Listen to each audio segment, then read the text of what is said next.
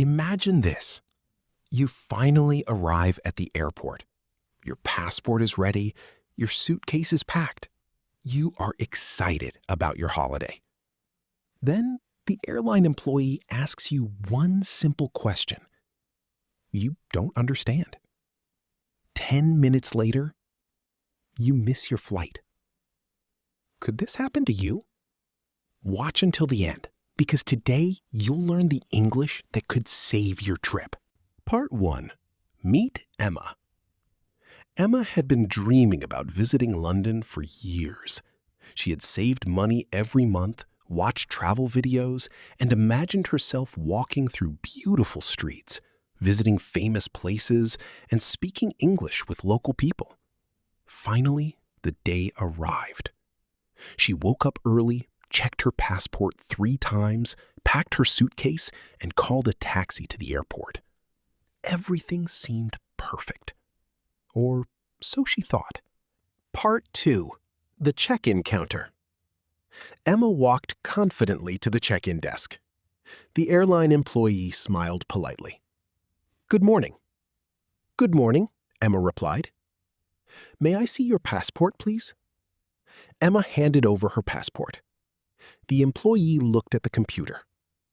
"Did you pack your bags yourself?" Emma hesitated. She knew every word separately, but together?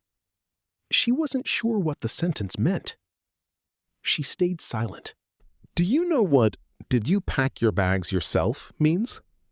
This doesn't mean, are your bags packed? It means, did you put your own clothes and things into your suitcase? In other words, the employee wants to know, did anyone else pack your suitcase for you? This is a very common question at airports. Airlines ask it for security reasons.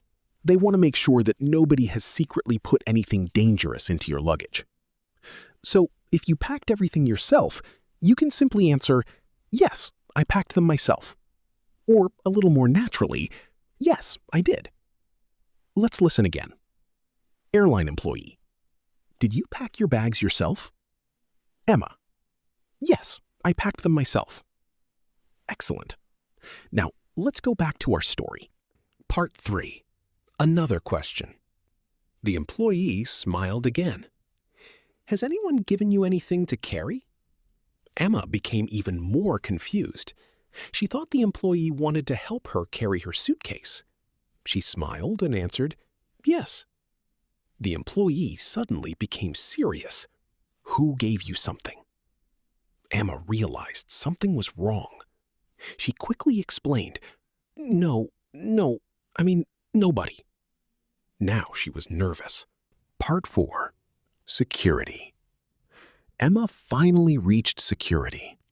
Another officer asked, "Could you place your laptop in a separate tray?" Emma didn't know the word tray. She looked around. Everyone else seemed to know exactly what to do. She copied the other passengers. Sometimes watching other people can help you understand English. Part 5. The gate. Emma finally reached the gate. She felt relieved. Then she heard an announcement. "This is the final boarding call for Flight 217 to London." She didn't know what final boarding call meant. She thought there was still plenty of time. She went to buy a coffee. 5 minutes later, the gate was closed. She had missed her flight. Not because she couldn't speak English, but because she didn't understand everyday airport expressions. The good news? Now you know these expressions. Next time you travel, you'll understand them. Repeat all expressions naturally. Instead of showing a list, create another short conversation. Airport employee. Have you packed your bags yourself? Traveler.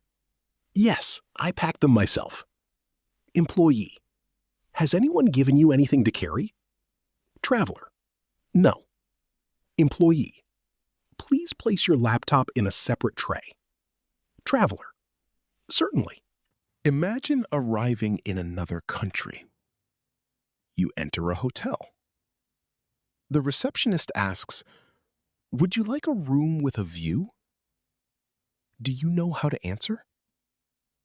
In the next lesson, you'll learn the English you need at a hotel.